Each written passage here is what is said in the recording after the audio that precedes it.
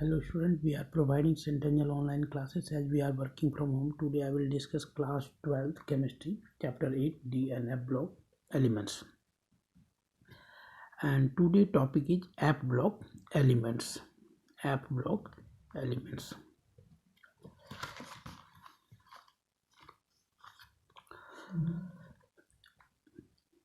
F block elements. First I will see here outermost configuration of F block elements. What is the outermost configuration of F block elements?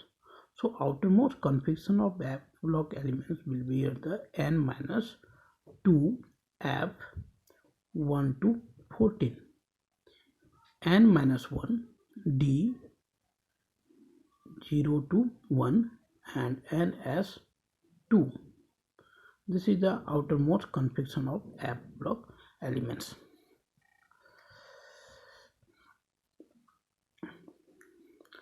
Actually last electrons क्या होता है जब f orbital में enter करता है तो उसी से हम क्या करते हैं कि f ब्लॉक एलिमेंट्स को डिसाइड करते हैं कि वो f ब्लॉक का है या नहीं है। तो यहाँ पर क्या दिखा रहा है कि f जो है वो क्या n-2 मीन्स यदि हम देखें इसको, यदि ये 4 होगा तो n-1 d क्या होगा 5 होगा और n क्या होगा 6 हो जाएगा। ठीक है, इसीलिए इसको हम n-2 लिख रहे हैं। यदि ये 6 है तो ये क्या होगा 4 और होगा और ये क्या होगा 5 होगा n-1। तो f जो होता है वो एक्चुअली हम इलेक्ट्रॉनिक कन्फिग्रेशन में ऑलरेडी इसको पढ़ चुके हैं। अब आप देखो f ब्लॉक एलिमेंट्स को हम क्या कहते हैं, जैसे d ब्लॉक एलिमेंट्स को हम ट्रांजिशन एलिमेंट्स कहते थे, उसी तरह से f ब्लॉक एलिमेंट्स को इनर ट्रांजिशन एलिमेंट्स कहा जाता है। इनर ट्रांजिशन एलिमेंट्स क्यों कहते हैं, क्योंकि इसमें जो लास्ट इलेक्ट्रॉन्स एंटर करता है वो n-2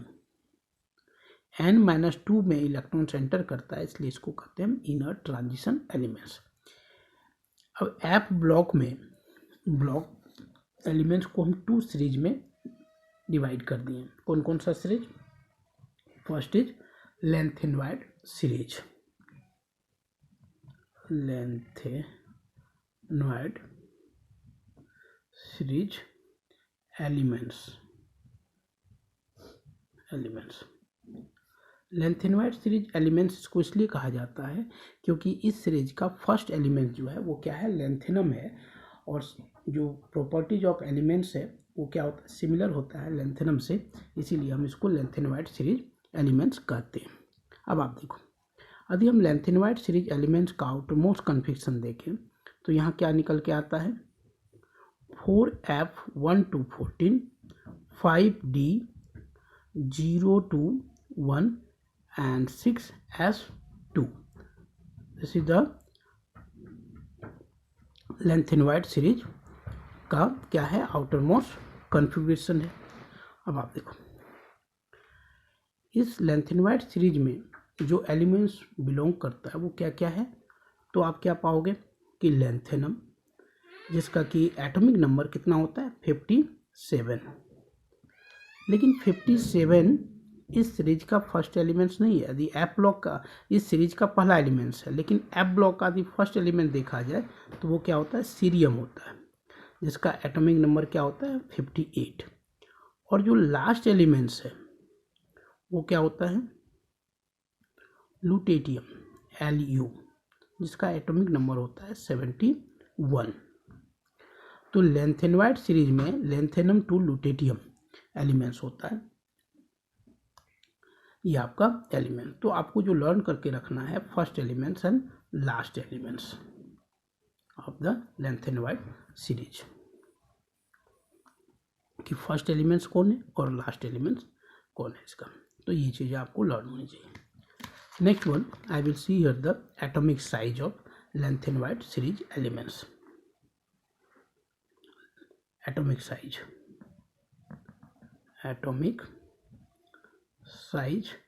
और आयोनिक साइज और radii we can write here. यहाँ क्या होता है कि यदि आप देखें लेंथेनॉइड सीरीज में तो एटॉमिक रेडियाई और एटॉमिक साइज जो है वो क्या होता है लेंथेनम से लुटेटियम तक डिक्रीज करता है। और आयनिक रेडियाई भी क्या होता है, लेंथेनम से लुटेटियम तक आपका डिक्रीज करता है। मीन्स लेंथेनम 3+ का जो एटॉमिक साइज होगा, रेडियाई जो होगा, वो ग्रेटर होगा as compare to Lu3+, lutetium 3+। ऐसा होता क्यों है? तो लेंथेनवाइड सीरीज में एटॉमिक नंबर जैसे जैसे इंक्रीज करता है, जैसे इसका 57, 58, 59, इस तरह से कहाँ तक जाएगा, 71 तक। तो एटॉमिक नंबर जैसे जैसे इंक्रीज करता है तो एटॉमिक रेडियाई डिक्रीज करता है। इसका रीजन क्या होता है? तो रीजन होता है ड्यू टू लेंथेनवाइड कंट्रैक्शन। अब क्वेश्चन उठता है कि लेंथेनवाइड कंट्रैक्शन है क्या? क्या होता है कि जैसे जैसे आपका एटॉमिक नंबर इंक्रीज करता है तो इलेक्ट्रॉन जो होता है, जो एक्स्ट्रा इलेक्ट्रॉन्स है, वो कहाँ एंटर करता है? तो एंटर करता है 4f में। 5f को छोड़ के वो 4f में जाता है। और 4f का जो आपका ज्योमेट्री है वो डिफ्यूज ज्योमेट्री होने के चलते वो पुअर शेल्डिंग कॉज करता है, पुअर शेल्डिंग।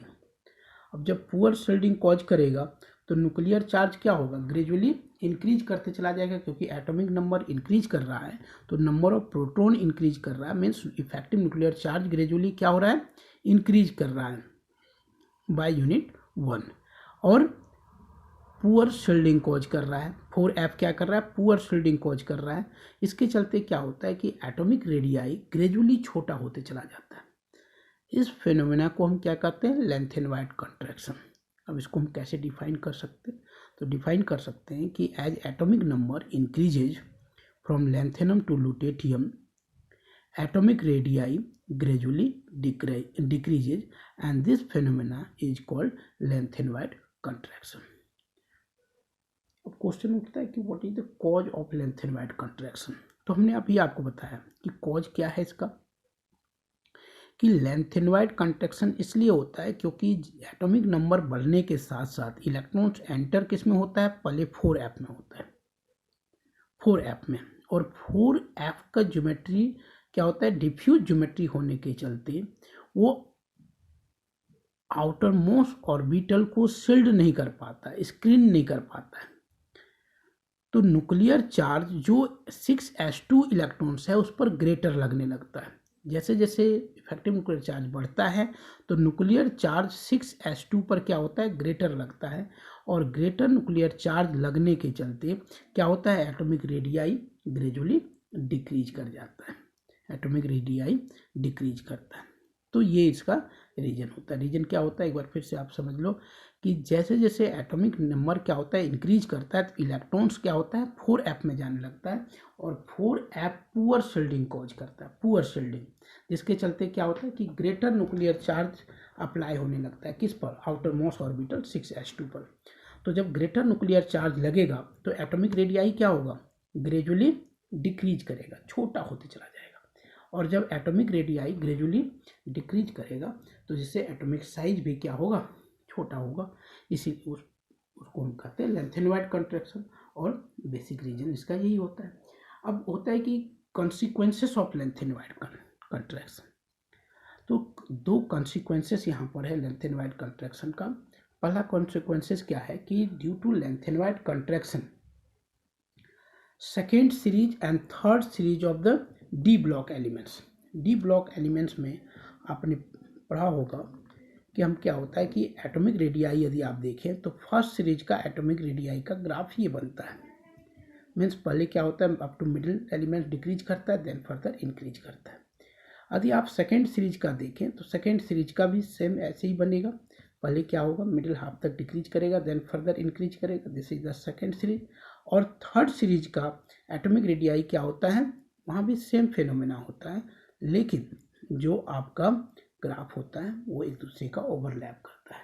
इसका मतलब ये थर्ड सीरीज जो हमने डॉटेड बनाया है, थर्ड सीरीज, तो थर्ड सीरीज का रेडियाई यहाँ पर होना चाहिए था सेकेंड सीरीज से ज़्यादा, लेकिन ऐसा होता नहीं है।